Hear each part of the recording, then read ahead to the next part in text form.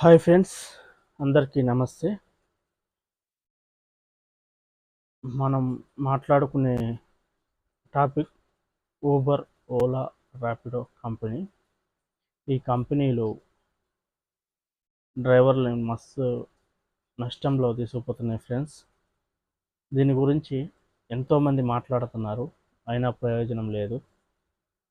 ఈరోజు మన టాపిక్ ఇదే friends.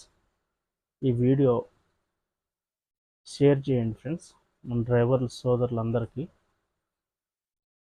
CM Revanth Reddy sir వరకు వెళ్ళే వరకు షేర్ చేయండి. ఏం లేదు ఫ్రెండ్స్, ఇప్పుడు మనం కష్టపడుతున్నాం కానీ దానికి ఫలితం లేకుండా పోతుంది. ఈ థర్డ్ పార్టీ యాప్లు వచ్చినప్పటి నుంచి కస్టమర్లు కూడా వాటి మీదే ఆధారపడుతున్నారు, డ్రైవర్లు కూడా వాటి మీదే ఆధారపడుతున్నారు. ఈరోజు డ్రైవర్లకి రోజు గడవటం కష్టంగా ఉంది ఫ్రెండ్స్. ఇలాంటి టైంలో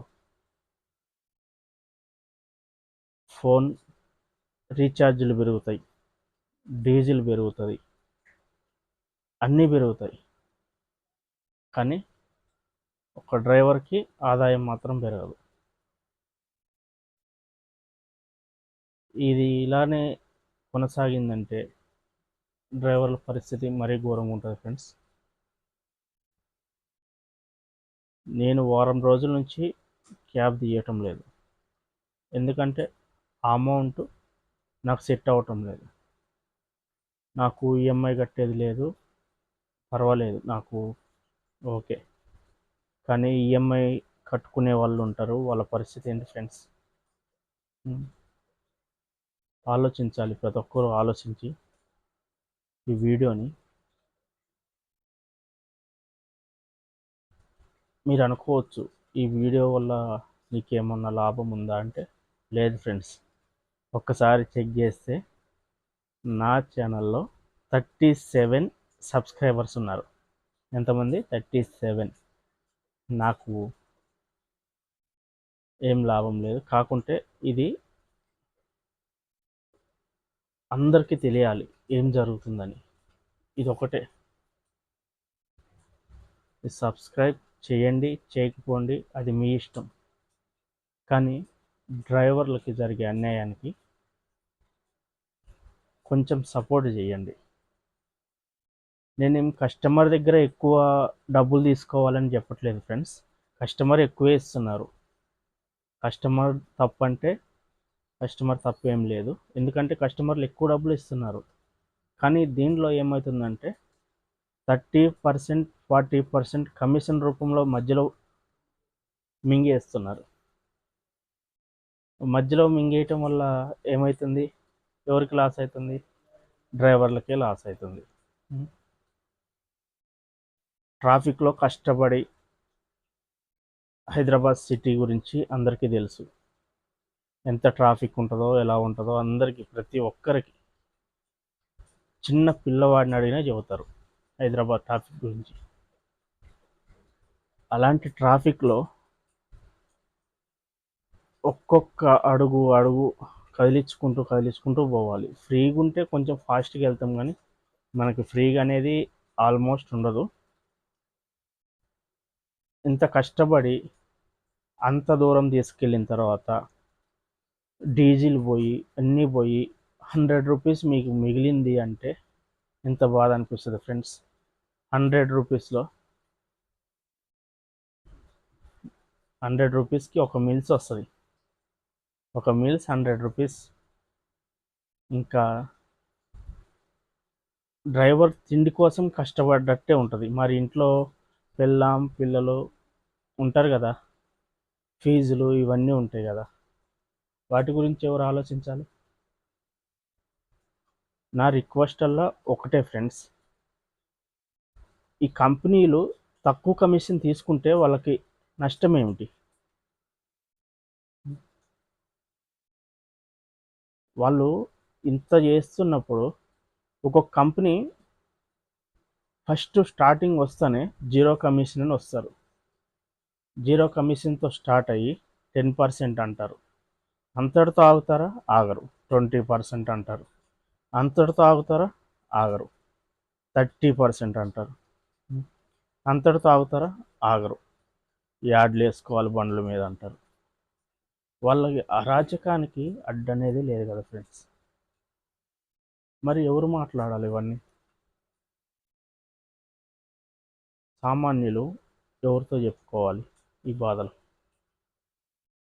ఈ బాధలు మనం ఒక మూవీకి వెళ్తే ఆ సినిమా అయిపోయేంత వరకు సైలెంట్గా చూస్తూనే ఉంటాం, మధ్యలో మాట్లాడడం, ఎందుకంటే స్టోరీ అర్థం కాదు అని.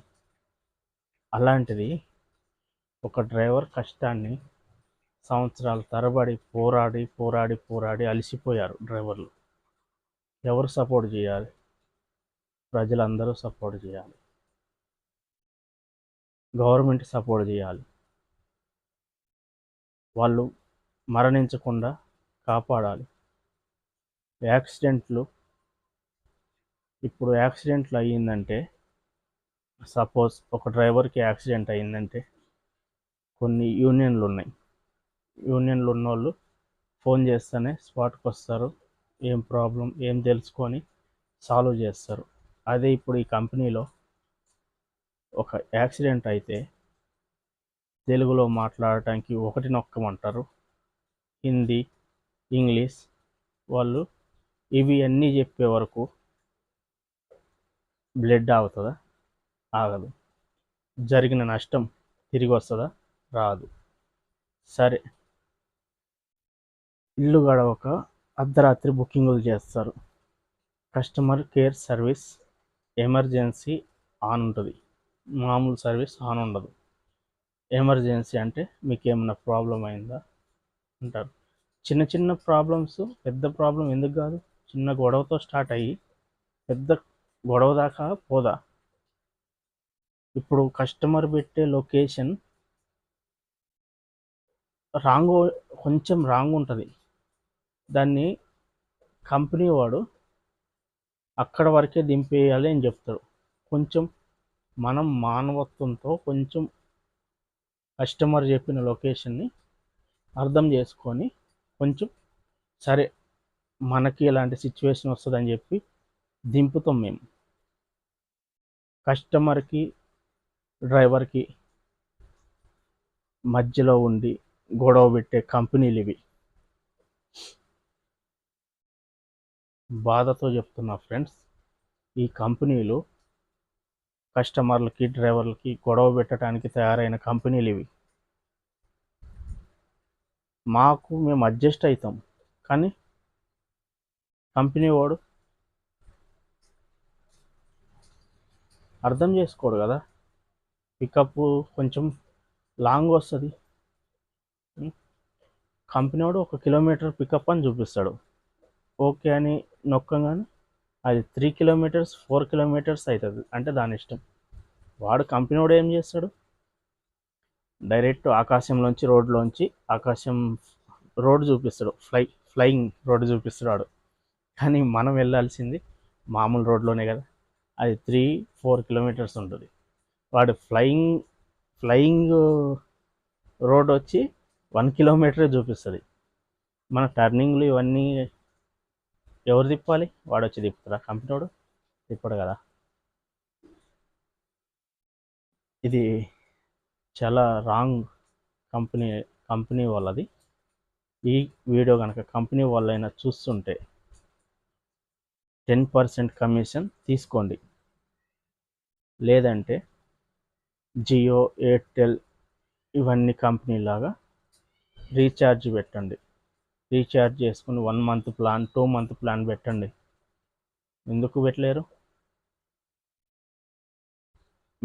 మీ ఎంప్లాయీస్కి డైలీ ఏమి అమౌంట్ ఇవ్వరు కదా మీరు, మంత్లీ ఒకసారి కదా ఇచ్చేది. కరెంటు బిల్లు కూడా మీకేం డైలీ రాదు కదా, మంత్లీకి ఒకసారి వస్తుంది కదా.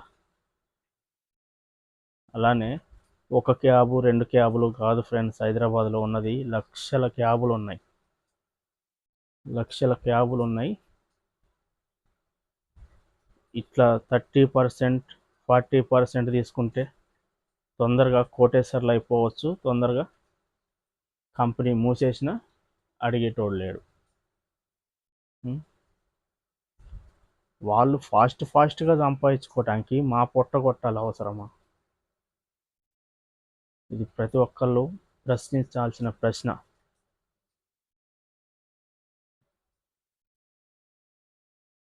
Thank you friends. ఈ వీడియోని షేర్ చేయండి.